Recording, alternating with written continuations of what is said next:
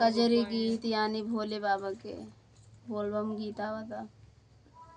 बोलबम का नारा है गौरा पार्वती बड़ा दर्द होला नरमी कलाई में भांग के पिसाई में ना।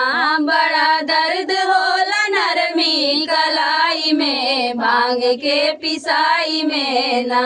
पड़ा तवा में ठेला ठेला बड़ा दुख देला। पड़ा तवा में ठेला ठेला बड़ा दुख देला। चूड़ी फूटी जाला लोड़ा के चलाई में नरमी कलाई में ना। चूड़ी फूट जाला लोड़ा के चलाई में नरमी कलाई में ना। बड़ा दर्द होला नरमी कलाई में भांग के पिसाई में ना। बड़ा दर्द होला नरमी कलाई में भांग के पिसाई में ना। एक तबर से लपानी दूजे टूटा ही पलानी। एक तबर से लपानी दूजे टूटा ही पलानी। साड़ी भीग जाला भांग के पिसाई में नरमी कलाई में ना। साड़ी भीग जाला भांग के पिसाई में नरमी कलाई में ना। बड़ा दर्द होला नरमी कलाई में भांग के पिसाई में ना। बड़ा दर्द होला नरमी कलाई में भांग के पिसाई में ना।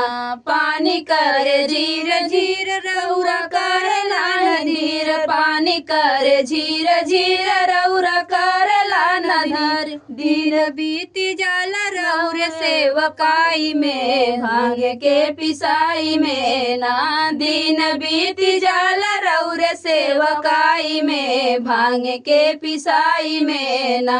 बड़ा दर्द होला नरमी कलाई में भांग के पिसाई में ना। बड़ा दर्द होला नरमी कलाई में भांग के पिसाई में ना। गांजा भांग के आहारी रौरा सचु के अनाड़ी। गांजा भांग के आहारी रौरा सचु के अनाड़ी। लाज लाग जाला नस के पुटाई में भांग के पिसाई में ना। लाज लाग जाला नस के पुटाई में भांग के पिसाई में ना। बड़ा दर्द होला नरमी कलाई में भांग के पिसाई में ना। बड़ा दर्द होला नरमी कलाई में भांग के पिसाई में ना। ये पुटाई का है भांग के पिया पिसाई वाले पुटाई हो। ये भाभी तुम्हें दिक्कत हो तो चिल्लाने का माइक्रो आए आराम आराम से गई पुणे एकदम चले माइक्रो आए हां अब देखा कितना निकाला गिर जाई। हां इधर भाभी को माइक्रो गाओ आराम आराम से गाओ धीरे धीरे।